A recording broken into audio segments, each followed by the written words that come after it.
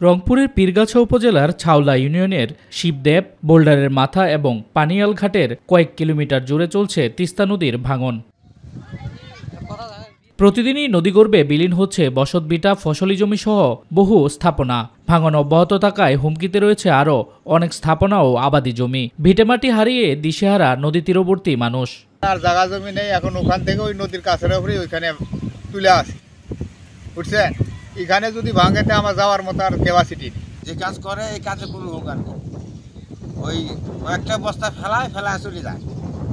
ভাঙন কবলিতদের অভিযোগ, ভাঙন রোধে সংশ্লিষ্টরা কার্যকর কোনো পদক্ষেপ না নেয় প্রতি বছরই নদীর ভাঙনের শিকার হচ্ছেন তারা। এ অবস্থায় নদীর তীর সংরক্ষণ বাদের দাবি জানিয়েছেন স্থানীয় জনপ্রতিনিধিরাও। এখন বস্তাটা ফেলাইতেছিল, এই বস্তাটা আপনারা এক সপ্তাহ কি 2 সপ্তাহ আগে যদি ফেলাইতেন আমাদের এই ক্ষতিটা তো হইতো না। আমরা যে ঘর নাই, কিছু নাই, গাছের তলে আমরা উঠে আছি। আমাদের এই এলাকাটা একসময় খুবই গুরুত্বপূর্ণ ছিল পানি উন্নয়ন বোর্ডের। এই রংপুর রেঞ্জে আসার পর এই এলাকার জন্য কোনো এদের নজরই নেই। সংশ্লিষ্টরা বলছেন, ঝুঁকিপূর্ণ ও ভাঙন কবলিত এলাকায় দ্রুতই কাজ শুরু করবেন তারা।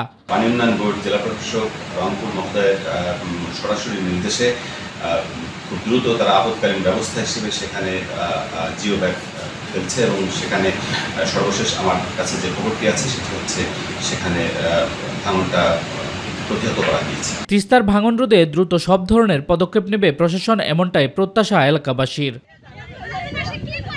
শামস তাবরিজ উচ্ছ্বাস, মাই টিভি নিউজ ডেস্ক।